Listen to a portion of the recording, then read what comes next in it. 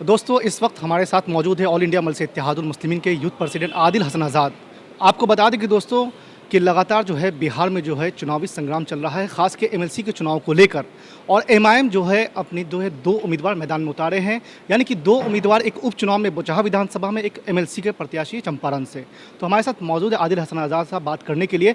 तो सबसे पहले आपका स्वागत है योर वॉइस इंडिया में। आपसे ये जानना चाहते हैं कि एमआईएम की क्या तैयारी है और संगठन कितना मजबूत है जो आपने बोचहा विधानसभा हो या फिर और एक जगह चंपारण में कैंडिडेट दिया है, उसके बारे में आप क्या कहना चाहते हैं? बोचा विधानसभा के बगल में साहेबगंज विधानसभा था, उसमें हम लोग पिछले बार चुनाव लड़े हुए थे और अच्छी मजबूती वहाँ पे मुजफ्फरपुर संगठन मजबूत भी है और लोग पार्टी से जुड़ना भी चाहते थे। बोचा में जिनको हम रिंकी देवी जी जो हैं वो शराब माफियाओं के खिलाफ पिछले 5-7 सालों से लगातार संघर्ष कर रही थी। एक जगह कुछ दमंगों ने बाबा साहेब अम्बेडकर की मूर्ति नहीं लगाने दिया तो रिंकी देवी जी ने पूरा वहाँ पर जाकर धरना दिया और डीएम एसपी पूरे प्रशासन से मिलकर उन्होंने प्रयास किया। एक उनका इमेज अच्छा है, सामाजिक कारकुन है। तो एमआईएम बैरिस्टर असदुद्दीन ओवैसी साहब, अख्तरुमान साहब चाहते हैं कि हम लोग जो नीचे से उठ के जो कार्यकर्ता आता है उसको भी चाहते हैं मौका मिले। अब बोचा में मुसलमानों की भी अच्छी आबादी है, दलितों की भी अच्छी आबादी है और ओबीसी तबका। क्या उम्मीद लग रहा है, लोग बहुत अच्छा। देखिए क्यों नहीं विश्वास करेंगे। आज देखिए लोग सोचता था कि हम लोग एमआईएम 2015 में, उसके 2019 में हमने लोकसभा में 3 लाख लगभग अख्तरुमान साहब वोट लाए। एक विधानसभा सेगमेंट में हम लोग पीछे रह गए। उसके बाद हमने तुरंत उसी 3 महीना के अंदर में हमने जो कांग्रेस की पारंपरिक सीट थी उसको हमने हराया। एमआईएम जीती अल्हम्दुलिल्लाह। उसके बाद 2020 में आपने देखा कि 5 एमएलए माशाल्लाह जीते।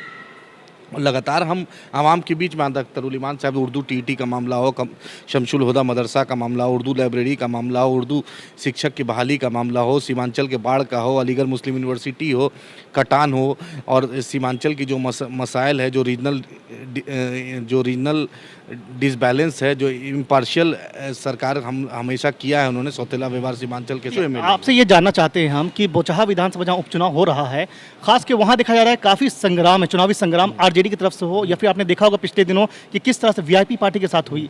क्या आपको ये सब देख के ऐसा कुछ महसूस हो रहा है कि एमआईएम पार्टी कहाँ खड़ी हुई है या फिर आने वाले वक्त में कुछ? देखिए जो हम लोग बाबा साहेब अम्बेडकर को मानते हैं, हम लोग काशीराम जी को मानते हैं, तो हम पहला चुनाव लड़ेंगे, दूसरा चुनाव हराएंगे, तीसरा चुनाव जीतेंगे। प्रचार करने के लिए अब तक कोई बड़ा नेता नहीं अभी तो स्कूटनी प्रोसेस चल रहा है। अभी स्कूटनी, आज अलॉटमेंट ऑफ सिंबल का मामला है।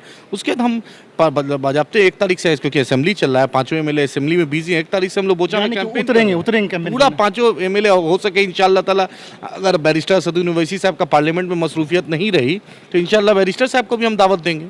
तो ये बड़ी खबर है कि बैरिस्टर असदुद्दीन ओवैसी साहब भी आ सकते हैं बोचहा विधानसभा में प्रचार करने के लिए। आदिल साहब से जानना चाहेंगे कि आपने एमएलसी के भी एक कैंडिडेट को दिया। हाँ, क्योंकि देखिए पहला लेयर था विधानसभा, हम लोग लड़े 15 में, 19 में हम लोग लोकसभा लड़े, फिर विधानसभा में कामयाबी। ये त्रिस्तरीय पंचायती राज में, क्योंकि हम एक बार उतरे एमएलसी के लिए कि जिसमें लोकल प्रतिनिधि वोट देंगे। बहुत डिमांड था, जिला परिषद मेंबर हो, पंचायत समिति हो, वार्ड मेंबर हो, सरपंच हो, मुखिया हो, इन लोगों की तरफ से था कि नहीं एमआईएम भी कैंडिडेट उतारे, एमआईएम भी उतारे।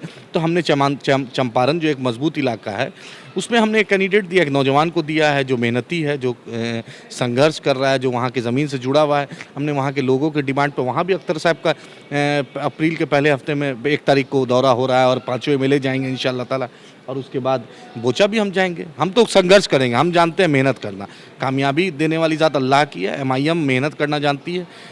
हमारा 64 साल का इतिहास है और सीमांचल में जब आए थे तो लोग बोलता था कौन है एमआईएम। आज बच्चा के ज़ुबान पर बैरिस्टर असदुद्दीन ओवैसी साहब, अकबर साहब, अख्तरुल इमान साहब, एमआईएम का नाम है। इंशाअल्लाह कामयाबी होगी और बोचा की आवाम से, क्योंकि ये चुनाव ना सरकार बनाने का है ना सरकार गिराने का है। जैसे आपने 2019 में कमरुल हुदा साहब को या किशनगंज से जिताया, वहाँ से अपील है कि उसको भी जिताए। बोचा में रिंकी देवी जी को और वहाँ पे जो एकराम साहब एक नौजवान है उसको जिताए, ताकि एक हमारी हिस्सेदारी हो, हमारा रिप्रेजेंटेशन हो और एक बिहार से मैसेज जाए, क्योंकि Bihar thinks today, India thinks tomorrow. तो आप सुन रहे थे आदिल हसन आज़ाद को, जिन्होंने साफ कहा है कि एमआईएम जो है पूरी कोशिश करेगी और बाकी जीत और हार वो आवाम फैसला करेगी कि किसे जिताएगी और किसे हराएगी।